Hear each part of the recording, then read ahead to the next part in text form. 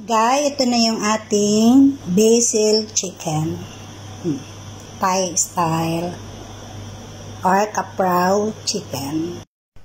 Hi guys! Today, magluto naman tayo ng Thai basil chicken. So, meron, instead na yung basil talaga, ang gagamitin natin ay holy basil. Ito ilalagay natin sa ating chicken. Before that, himayin muna natin. Like this. Bango niya guys. Yan. Himayin muna natin ng ganyan. Bango.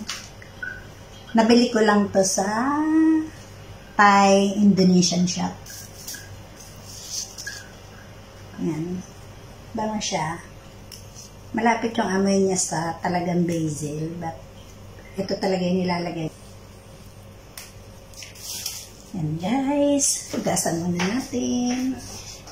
Ito natin yung iba pang ingredients. So, mag-crush naman tayo ng garlic.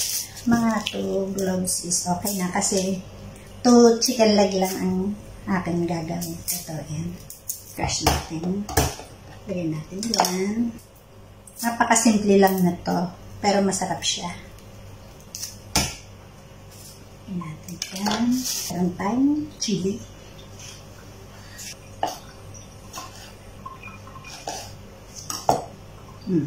Maybe, lagyan din natin ng konting green para may kulay.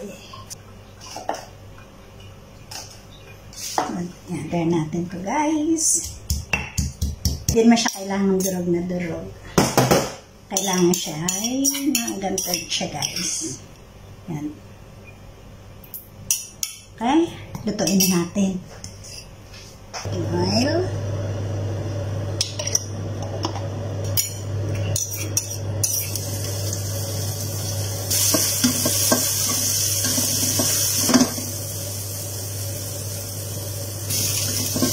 Na siya. Lagyan natin yung ating chicken leg na dibong.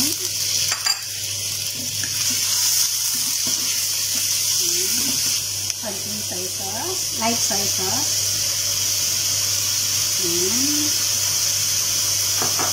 Konting oyster sauce. Konting sugar. Dark soy sauce. For the color. Yes. Alright.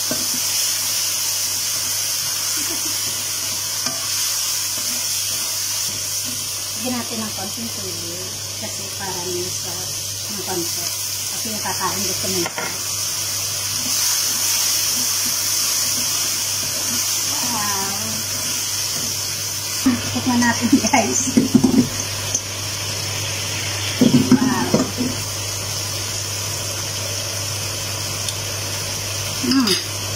Sarap. Ay, ang sarap niya. Konting sugar lang.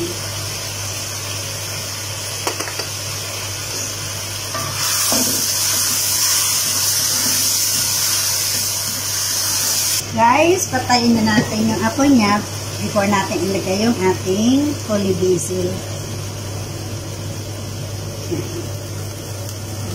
Yan. Then, keep stirring. Maluluto na yan sa init ng kawali.